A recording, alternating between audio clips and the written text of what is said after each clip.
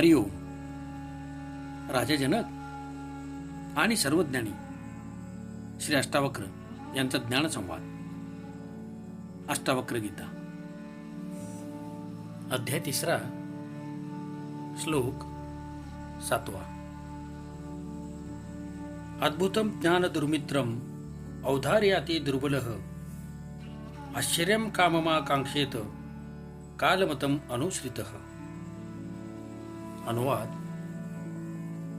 अद्भुत परम ज्ञानाचा काम हा शत्रू आहे हे जाणून सुद्धा एखादा अति दुर्बल व अंतकाल जवळ असलेला पुरुष सुद्धा कामसुखाची इच्छा बाळगतो हे आश्चर्यकारकच आहे. विवेचन. वासना अनेक प्रकारची असतात, परंतु त्यातही कामवासना सर्वात जास्त प्रबळ असते. अन्य वासना सोडणे एक वेळ शक्य होईल, पण कामवासना सोडणे अत्यंत कठीण असते.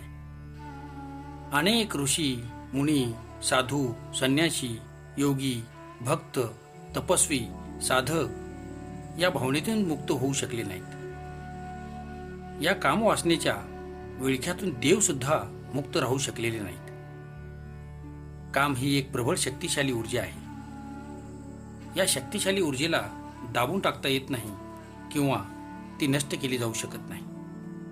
तिचे रूपांतर करणे मात्र शक्य असते. तिचे उन्नयन करता येते. तिला उच्च परिणित स्वरूपात विकसित करता येते. ही संपूर्ण सृष्टी कामातूनच निर्माण झाली आहे. ही शक्ती ईश्वरानेच दिलेली असल्याने ती निंदनीय नाही, परंतु केवळ वासना रूपात तिचा उपयोग करणे मात्र निंदनीय आहे. अष्टवक्र मुनी 3 सूत्राद्वारे राजा जनकाला कामभावनेविषयी सावध करतात. ते म्हणतात की शक्तिहीन झालेला व मृत्यूच्या जवळ पोहोचलेला मनुष्य कधी कामसुखाची इच्छा करत नाही, परंतु जर त्याच स्थितीतला माणसाने सुद्धा कामसुखाची वासना तृप्त करण्याची इच्छा बाळगली तर ते खरोखरच आश्चर्य आहे. त्याचप्रमाणे ज्या व्यक्तीत नवे ज्ञान प्रकट झाले आहे त्या व्यक्तीने कामसुखाची आसक्ती सोडू नये ही सुद्धा आश्चर्य करण्यासारखीच गोष्ट आहे. कारण अनेक जन्मात ज्या कामवासनेचे भोग सुख उपभोगले आहे ते एका क्षणात आत्मज्ञान होताच नष्ट कसे होणार? आत्मज्ञान तर एका क्षणात होते, पण चित्ताच्या वृत्तींचे निरसन होण्यास वेळ लागतो. जेव्हा त्या पूर्णपणे त्याज होतात, पूर्णपणे मनुष्य त्यांचेपासून वेगळा होतो, तेव्हाच मुक्ती प्राप्त होते. ज्या प्रकारे प्रकाश आणि अंधार एकत्र राहू शकत नाही, त्याच प्रकारे ज्ञान आणि जग, ज्ञान आणि काम, ज्ञान आणि वासना एकत्र राहू शकत नाही. ज्याला ज्ञान प्राप्त होते व मुक्ती मिळते त्याच्याजवळ जगाची ममता किंवा कामवासना शिल्लक राहत नाही. आणि जर ती त्याच्याजवळ असेल तर त्याला ज्ञान झालेले नसून ज्ञानाचा भ्रम मात्र झाला आहे. यासाठीच ज्ञानी पुरुष सांगतात की संसार माया आहे, असत्य आहे, भ्रम आहे. परंतु अज्ञानी माणसासाठी असे ज्ञान, आत्मा, परमात्मा, ईश्वर, ब्रह्मा हे स्वप्नमय व काल्पनिक असते. आत्मज्ञानाच्या याच कसोटीवर पारखण्यासाठी मुनिश्रेष्ठ अष्टावक्र राजाला विचारतात की तुला आत्मज्ञान झाले असे वाटते आहे आणि या ज्ञानाच्या स्थितीत तू हे सुद्धा जाणले आहेस की कामवासना ही माणसाची शत्रू आहे. कामाचा प्रभाव तुझ्यावर अनेक जन्मांचा आहे. ज्ञानाचा संबंध नवीनच आहे, म्हणून काम तुला आपल्याकडे खेचू शकते. हे जाणून सुद्धा तू कामसुखाची इच्छा करणे आश्चर्याचेच ठरेल. जर राजा जनक कामसुखाच्या इच्छेतून मुक्त झाला नसेल तर त्याला ज्ञान झालेले नाही हे स्पष्ट होईल. अध्याय 3 श्लोक 8. इहामूत्र विरक्तस्य नित्यानित्य विवेकिनीः आश्चर्यं मोक्ष कामस्य मोक्षादेव विभीषिका. अनुवाद. जो इहलोकी व परलोकातील भोगाप्रती विरक्त झाला आहे आणि जो नित्य व अनित्य यांचा ज्ञानपूर्ण विवेक बाळगतो, मोक्षाची इच्छा बाळगतो, तो सुद्धा मोक्षाला घाबरतो, हे आश्चर्य आहे. विवेचन. संसारी गृहस्थ नेहमी द्वंद्वात अडकलेला असतो. चांगले वाईट, लाभ नुकसान, नफा तोटा, सुख दुःख, प्रेम राग, जय पराजय, संघर्ष शांतता वगैरे द्वंद्वच जीवनाला व्यापून टाकतात. नैतिक व्यक्ती त्यात फरक करू शकते. चांगल्याला पुण्य व वाईटाला पाप म्हणून नैतिक व्यक्ती ओळखू शकते. जगात राहून आपल्या वेगवेगळ्या कार्याद्वारा तोही पाप पुण्याची कमाई करत असतो. मृत्यूसमयी सर्व कामातून त्याची सुटका होते, पण ते पाप पुण्य तर त्याच्या बरोबर जातात. सर्व पाप पुण्याचे बॅलन्स शीट, जमा खर्च व ताळेबंद तो आपल्यासोबत घेऊन जातो. जर पुण्याची कमाई जास्त असेल तर तो स्वर्गात जातो, पाप जास्त असेल तर नरकात जातो. तिथे जेव्हा तो याची फळे भोगतो तेव्हा तो पुन्हा जगात परत येतो. कोणतेही कर्म असो त्याचे फळ अवश्य मिळते. म्हणून कर्म हे मुक्तीचे साधन होऊ शकत नाही.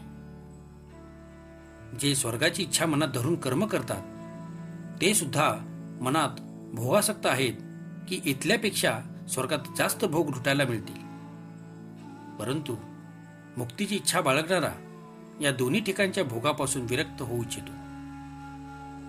तो द्वंद्वातून बाहेर पडतो. त्याच्यात हा विवेक निर्माण होतो की जगातले भोग जसे अनित्य आहेत तसेच स्वर्गातले भोग सुद्धा अनित्य आहेत. ते सुद्धा क्षीण होतील. म्हणून तो परमानंद रूपातील नित्य शाश्वत मुक्तीची इच्छा करतो. आत्मज्ञानाच्या स्थितीतच असा विवेक निर्माण होतो.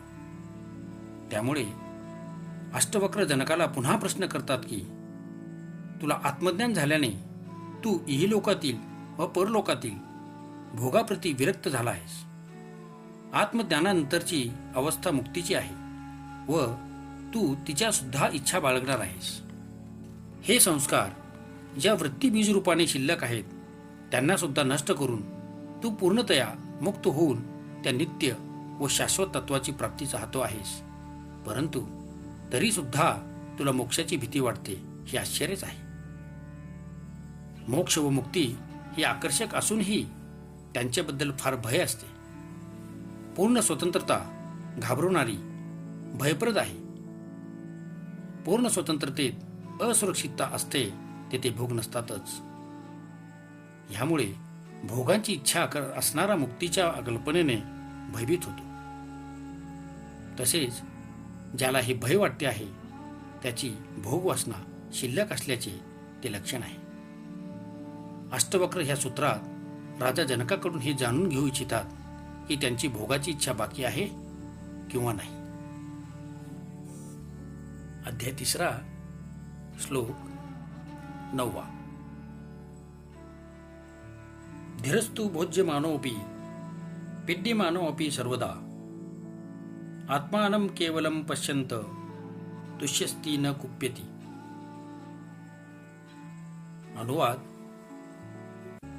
धैर्यशील धीर गंभीर पुरुष तर भोग भोगताना आणि व्यथेने पीडित होताना सुद्धा नेहमी केवळ आत्मरूपाकडे लक्ष देतो व तो प्रसन्न होत नाही किंवा संतप्त होत नाही. विवेचन. प्रसन्न होणे, संतप्त होणे ही मनाचे धर्म आहेत जे अहंकारामुळे प्रकट होतात. अहंकारी व्यक्तीचे जीवन या अज्ञानरूपी अहंकारावरच आधारलेले असल्याने तो वारंवार संतप्त होणे किंवा खुश होणे स्वाभाविक आहे. धीर गंभीर पुरुष म्हणजेच आत्मज्ञानी सुद्धा भोग भोगतो. प्रारब्ध कर्माचे भोग त्याला भोगावे लागतात. जगात राहिल्याने आवश्यक कर्म तर त्याला करावेच लागतात. उपस्थित भोग तो भोगतो. काही भोग असे सुद्धा असतात की ज्यामुळे त्याला पीडा सहन करावी लागते, तीव्र वेदना सहन कराव्या लागतात. उदाहरणार्थ रामकृष्ण परमहंसांना कॅन्सरच्या वेदना सहन कराव्या लागल्या. पण आश्चर्य असे की त्यांचा चेहरा तरीसुद्धा सदैव प्रसन्न असे व ते कधीही वेदनेबद्दल तक्रार करीत नसत. दयानंद सरस्वतींना विष देण्यात आले. कृष्णाला पायाच्या अंगठ्यास तीक्ष्ण बाण लागून मृत्यू आला. संत मीराबाईला विष देण्यात आले. या सर्व घटना या महान आत्मज्ञानी संतांनी व अवतारांनी अपार वेदना सहन केल्या, पण त्यांची तक्रार केली नाही.